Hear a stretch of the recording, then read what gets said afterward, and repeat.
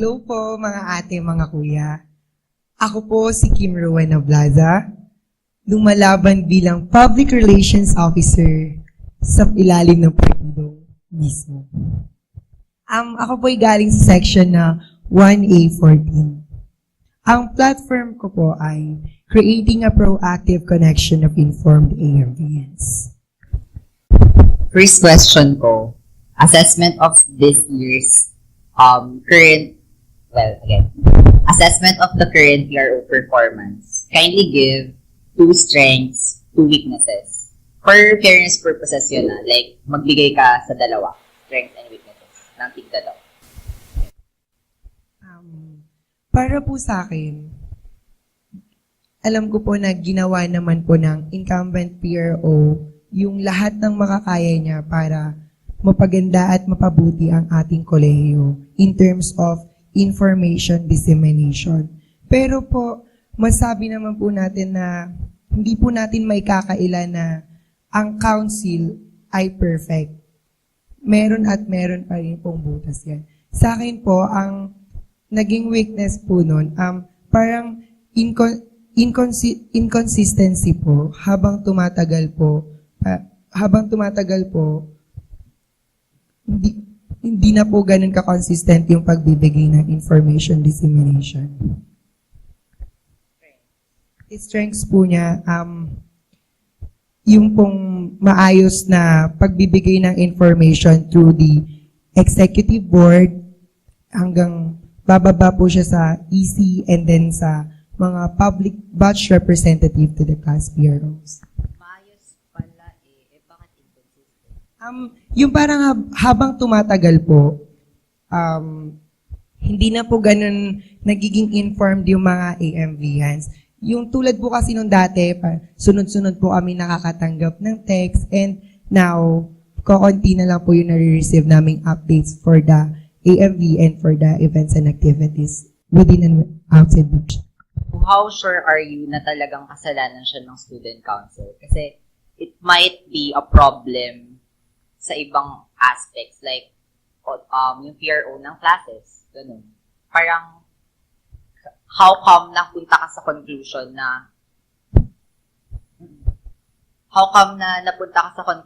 na student council problem siya, na inconsistent na at the end. Well, yung iba naman nakaka-receive, yung iba hindi. Parang, is it really a problem of student council on their part? I think, yes, kasi po, responsibility po ng council na sa constitutional duties po niya na i-inform ang bawat AMVNs. Ang parang pagkukulang po doon, yung hindi na po na-inform ng mga class PROs sa byroom. So, kailangan pong mag-reach out po yung public relations officer sa bawat room kung hindi naman po na-text. Hi. My first main question, kasi yung may na-experience kaming mga orgs wherein, kasi ganito yan, kailangan i-approve ng ASC yung mga posters na ipopost namin sa batch groups ng AMV. There are posters na sinend namin sa kanila, pero nung first sem pa, pero hanggang ngayon, hindi pa rin na-approve, hindi pa rin na-release sa mga batch groups. So, tapos na yung event, hindi pa rin na-release yung poster. So, anong gagawin mo sa term mo para hindi mangyari yung ganitong problems ulit? Maraming salamat po sa inyong katanungan. Ang gagawin ko po kapag ako na po yung nakaupo sa term kung pagpapalain man po, yun po, bibigyan ko po ng agarang action kaagad. Hindi ko na po siya papatagalin. Kumbaga, kapag binigay nyo na po sa akin yung poster, tapos, syempre po part na po yun ng role ko as a PRO na i-disseminate yung mga events na mangyayari sa college na kasama po dun yung mga org. Syempre, tayo-tayo rin lang naman po yung tayo-tayo rin po yung magkakasama dito sa AMV at tayo rin po yung magtutulungan. So, follow-up question. Sabi mo, ipopost mo na lang agad. So, bakit hindi na lang kaming mga orgs, yung mag-post sa halip na i-send pa namin sa'yo para i-post mo? Para less work, di ba? Pag gano'n naman po kasi yung nangyari, pag kayo po yung nag-post, para pong mawawala po yung essence ng pagiging PRO ko, bakit po ako yung parang umupo lang po sa pwesto, parang malilesen lang po yung trabaho ko. So, para po mapatunayan ko na kaya ko po, aakuin ko po yung trabaho. Ayun. Sige, magbibigay ako ng situation sa'yo. What if nag-post na yung USASC ASC ng poster about, for example, Araw ng Kagitingan. Pero kami on orgs, gusto din namin i-greet yung mga members namin through your Facebook group ng poster din namin. Kasi isa yung example ng nangyari sa amin this year. Hindi talaga na-post yung posters on same situations. So, anong take mo dun? Like, ipopost mo ba or not? Para sa akin po, ipopost ko po yun kasi po, syempre pinaghirapan po yun ng org. So, kailangan po ma-post yun kasi yun po yung gusto ng org. Para gusto ko po na yung org po at yung council, meron po silang connection to each other. So, para sa main question ko, sabi dun sa Voice mo na project, being one of the most prestigious colleges in the university. Tapos, nakalagay sa project aims to empower the students' freedom of expression. Aware naman tayong lahat na when you say freedom of expression kasi we are free to say anything diba? Tapos, sa UST Files, there are these instances na yung mga students natin dito sa AMV, they're saying things na alam natin na i-impair yung image ng college natin. So sa akin, if you will promote this, paano mo i-control yung pagpo-post nila ng mga bagay na mag-i-impair dun sa sa college natin? Okay po. Maraming salamat po sa inyong katanungan. Diyan po sa aking AM Voice, yun nga po yung issues po sa mga rants sa UST Files. Para po mabigyan ng solusyon yun, di ba po, isa po sa constitutional duty ng isang PRO na to promote good publicity and goodwill of the Accountancy Student Council. So, naisip ko po na para po mabigyan po yan ng action, kakausapin ko po yung admin ng UST Files to filter po yung mga rants, yung mga negative po na nasasabi sa ating college. Kasi po, handog naman po ng AM Voice in line with the project ng president namin na si Kuya Adrian Jan Uyiko, yung kanya pong SONA, na Speak Out Now AMV. Para pong isasama ko po yan kasi meron naman po tayong grievance system dito sa sa AMV para po ma-actionan yung mga concerns ng students. Maraming salamat po. So, follow-up lang. Yes, you're right dun sa Facebook. Because sa Facebook, ang may control nung sa UST Files, the admin. Tama. But are you aware na yung ibang admin ng nasa UST Files are some are AMV students? What if, kunyari, ako, kaibigan ko siya. Tapos, siya yung admin ng UST Files. Diba? Tapos, mag-rant ako. Kinausap mo na yung admin na i-filter nila. So as to prevent na ma-impair nga yung image ng college natin. Paano kung friend ko siya, tapos na-convince ko siya na i-post yun? So, makikita pa rin siya. So, ang mangyayari, lalabas siya doon. So, what will you do what corrective action will you do to minimize the risk of that situation? Sa tingin ko po, para po ma-minimize po yung risk doon, yun nga po, yung pong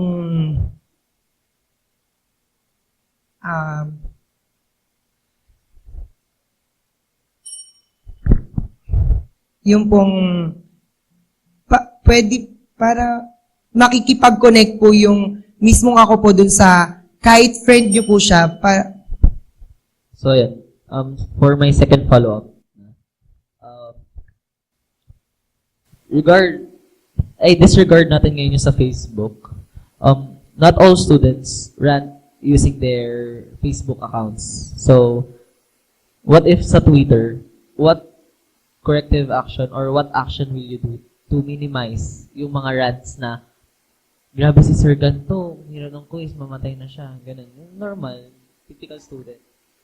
Pero syempre, if ako kunyari, may fina-follow akong other student from other school, tapos nabasa niya yon na ganun pala yung prof sa atin, wouldn't it be bad for our college na parang sasabihin dun sa other school, o yung prof ng AMV, may ganito sila. Yung isa hindi pumapasok lagi. Yung isa, pang 5 meeting na ngayon, wala pa. Di ba? Anong ganun?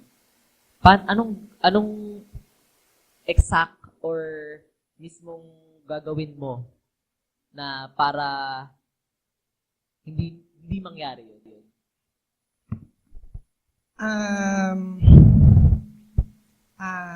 Yung pong hindi naman po natin maaalis si student na mag-post po sila dun sa Twitter about sa mga rants nila, about sa mga professors, like that. Pero, kaya nga po nandun po yung ipapaliwanag po nating mabuti sa mga students ang proyektong AM Voice at ang grievance system na pinangalan ng proyekto ng aming presidente na si Kuya Adrian na SONA.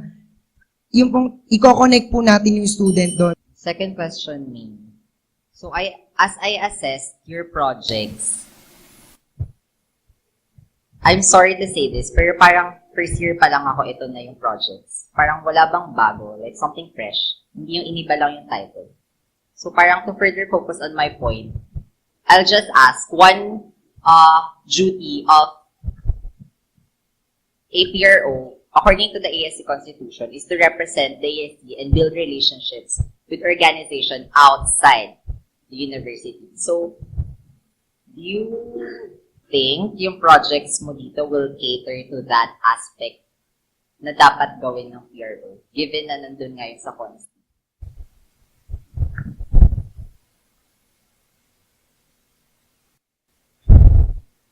Pwede mo ba ulit ang tanong?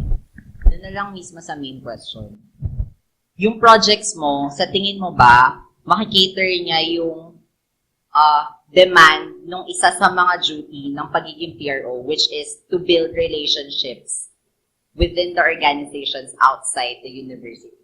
Sa tingin mo, yung ASC hotline and AMV voice are enough para ma-cater yung demand na yun ng trabaho ng PRO? Sa tingin ko po, yung pong pinropose ko pong project dyan, hindi pa po yan enough. Pero kapag po, hindi pa po siya enough, pero marami pa pong tumatakbo sa isip ko na pwede kong maging proyekto kapag ako po yung naluklok na bilang isang PRO. Meron naman po rin, pwede pong magamit rin po yung ASC hotline sa pag-build ng relationship sa outside the university, pati rin po yung AM Voice. Kasi po, handog po ng AM Voice na handog po ng AM Voice, hindi lang po to provide the updates and events na nangyayari sa outside the college and sa university po. Handog rin naman po ng AM Voice na mag-build ng relationship through yung po sa mga goodwill games natin. Through po dun sa mga seminars or mga events na mangyayari outside. So, for my follow-up question, as you have said sa answer mo, marami ka pang maiisip. Pero, why not now? Does that mean hindi ka pa prepared for the position? Kasi hindi mo pa naisip ngayon yung projects na dapat mong gawin as you become the next PRO, if you will. Sa tingin ko, handa po akong tumakbo bilang PRO kasi po tingin ko po kaya ko po to. Kaya po inaccept ko po tong inaccept ko po tong chance na to, tong opportunity na to na tumakbo dahil alam ko po sa sarili ko na kaya ko. Pero,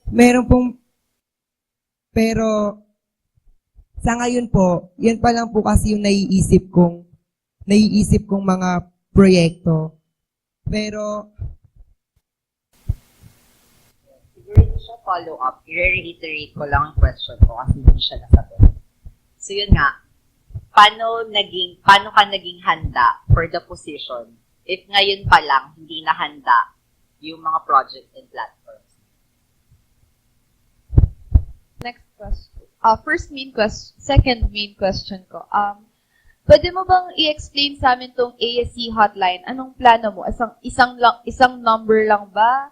Or, kasi sabi dito, ASC hotline will have will blah blah, the official number of the Accountancy Student Council. Tapos maya-maya, meron kaming nabasa na students are free to send their concerns to their respective batch representatives. So, anong purpose ng official number kung may batch representatives naman palang yung kung sa official numbers po na yun, every batch representative po, meron pong hotline sa kanila. Parang sila po yung lalapitan ng mga students kapag meron po silang gustong isuggest sa ASC. Doon po sila pwedeng magsabi. And yun po, official hotlines po yun ng ASC. Sa akin po manggagaling yung isang official. Then, yung po kasing purpose ng ASC hotline ko, yung pong para po maging uniform na po yung contact numbers, hindi po siya yung papalit-palit. Tulad po kasi nung nangyari ngayon na meron po yung batch representative po, nagpalit po siya ng number. So, sa ASC hotline ko po, para hindi po ma-mix yung personal tapos yung ASC works din po. Hatid rin po nung ASC hotline, yung pang matagalan po siya long term. Pwede rin po siyang i-adopt nung susunod na mauupo sa konseho. Maraming salamat po. Follow-up, hindi ba ito na yung nangyayari ngayon? As in, may batch representatives tayo, tapos meron din silang sarili nilang number. So, di ba, hindi ba ginagaya? Hindi ba ginagaya? Parang, hindi bang, ganun lang din siya. So, anong bago? Improvement. Tulad nga po nung sinabi ko kanina, kasi po ngayon, yung improvement po doon, para po kasing ngayon, nahalo po yung mga ibang personal na interest nung may number doon. Yung nakaka-receive po kami ng mga text message sa kanya, means na yung may name po siya. So, sa start pa lang po ng school year, itong ASC hotline na to, isi-save na po siya agad na ASC hotline. Hindi po yung name ng mismong year representative. Tapos po, yung sa year representative po na yon, yung ganun rin po siya sa dati, pero wala na po yung overall batch representative na. Okay. Ito yung madalas na tinatanong sa mga tumatakbo, tapos first year lang, normally. Sa tingin mo, bakit ka namin pagkakatiwalaan sa posisyon na yan? Dapat niyo po akong pagkatiwalaan sa position na to. Kasi, opo, marahil masasabi niyo pong first year student po ako. As a first year student, I can bring new innovation to the college. Yung pong mga naranasan ko po sa high school na mga fresh ideas, pwede ko po siyang i-share dito sa college. Although masyado pong malaki yung pinagkaiba ng college sa high school, parang gusto ko pong ihatid or ibigay rin sa inyo yung mga na-acquire kong experiences mula pa lang sa student council nung high school pa lamang po ako. And then, dapat nyo rin po akong pagkatiwalaan dahil nga rin po sa sinabi ko na I am part of the majority of the population po ng AMV, na alam ko po yung mga nararamdaman ng mga kapwa ko AMV yan, kasi nga po, part rin po nila ako. First, follow-up ko muna. Sinabi mo, you are part of the majority of the population of the AMV. So, knowing na part ka ng 1,200 students or 1,400 students, ng first years, do you think it's not safe to say that you know the feelings of every AMV yan? Kasi, kung titignan mo, fourth year, third year, second year, iba na yung nararamdaman nila kaysa nung first year ka. First year, sasabihin mo sobrang hirap ng natsay mo or NBSay mo dahil prof mo si sir. Sir. Ayun.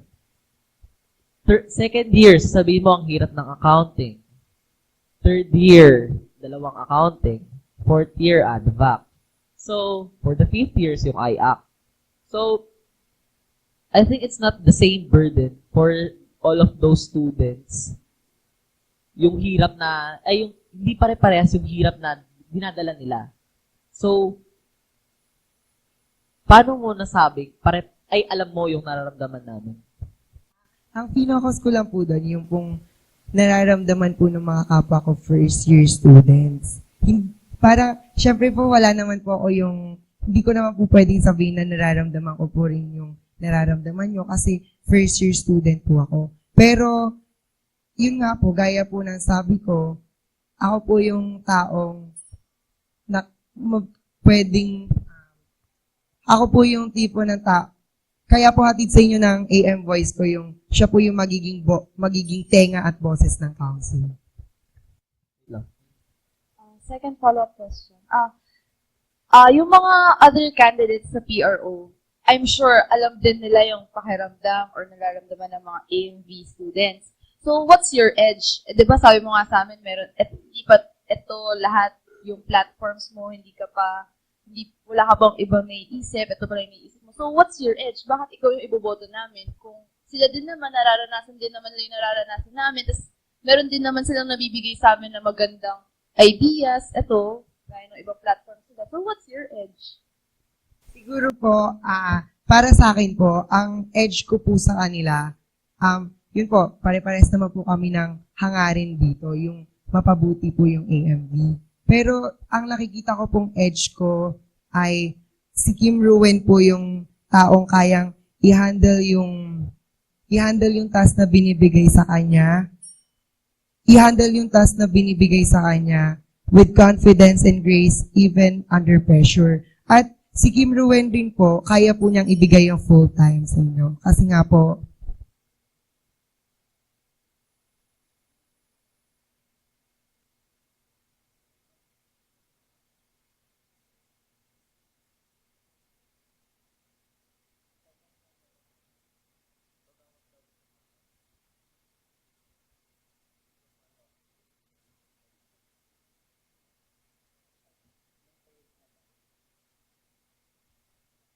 Sabi mo, willing kang ibigay yung full time mo. Eh, di ba nga, sabi natin, student bago maging leader. So, kung ibibigay mo yung full time mo, paano yung studies?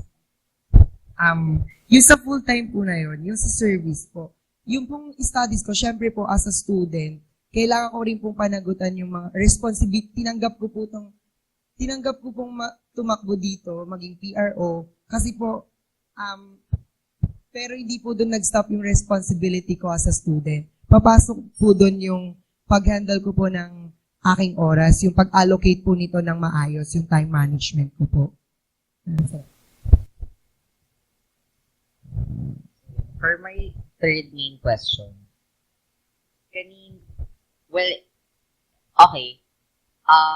given na talaga nasasabihin mo yung good points, yung good sides, kung bakit ikaw yung dapat iboto, pero gusto din naming malaman as to what are your weaknesses if you will be the next ASC player. Ito po. Ang weakness ko po, yung pong pagkakaroon ko po ng stage fright at yung pong minsan po pessimist din po ako. Yung po yung talagang weakness ko. Pero kinakaya ko naman po siyang i-overcome. Kaya nga po nandito po ako sa harap nyo ngayon. Ginagawa ko po lahat ng makakaya ko para po labanan yung stage fright ko kahit kabang-kaba na po talaga yung dibdib ko.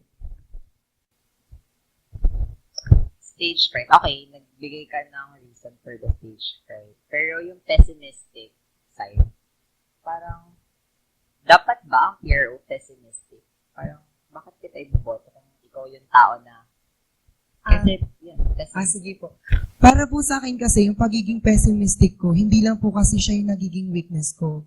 Nagiging strength ko rin po yung pagiging pessimist. Kasi po, yung pong pagiging negative thinker ko, yun po, parang nagtithink po ako ng negative, and then, yun po yung nakakapag, in the same way, minomotivate rin po ako nitong mga iniisip kong negative. Kasi, yun po yung nagbibuild sa akin, minomotivate po niya ako, ini-inspire niya po ako para ma-overcome lahat.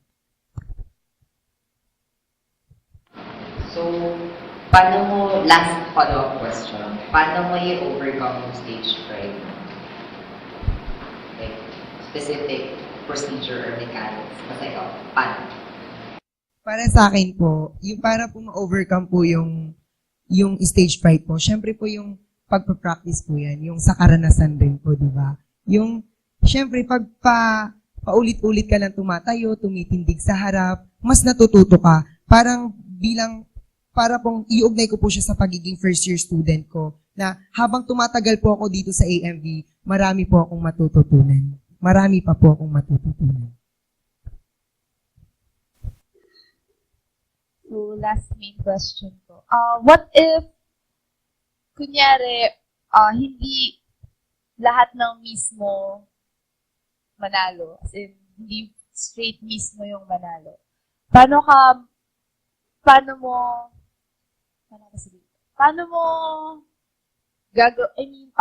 gagawin yung trabaho mo? Paano yung mga projects mo na connected sa ibang project ng nila na hindi naman nanalo, ganun. So, Siguro po sa akin, syempre po, masakit yung, kunwari ako lang po yung naiwan doon, tapos sila po, hindi ko po sila kasama. Siguro po, sa akin, hindi siya magiging hadlang sa akin na makipagkapwa doon sa mga ibang mga nanalo kahit galing pa po sila sa isang partido. Kasi po, yung partido naman po, pare-pareho lang naman po kami ng hangarin. Yung para po mapaganda po tong college natin.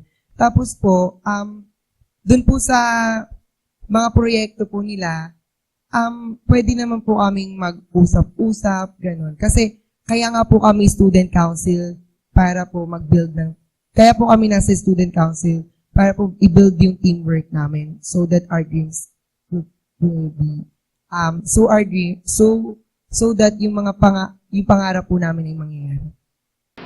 Okay, yung last main question ko,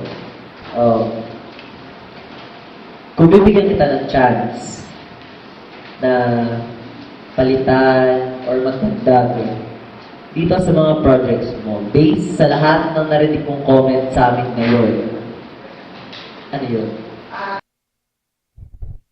Ayun po. Gusto ko pong idagdag dun sa mga project ko kung ako po yung mabibigyan ng chance na i-revise yan. Gusto ko pong idagdag yung sa community development po. Tapos yung pag-build po ng relationship outside the university. Tapos po gusto ko rin po yung parang yung project na mararamdaman ng isang AMV yan na mahalaga sila at parte sila ng AMV. So, yun. First follow-up. Sabi mo, gusto mo nung isang project na mararamdaman namin, nila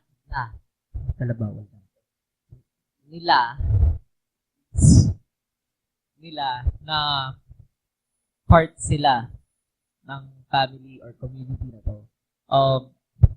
Matanong nga kita, is there any specific project in mind na hindi ko muna tatanungin kung feasible or not, kung kaya o hindi, pero gusto mong gawin para maisatuparan yung hangarin mo yun?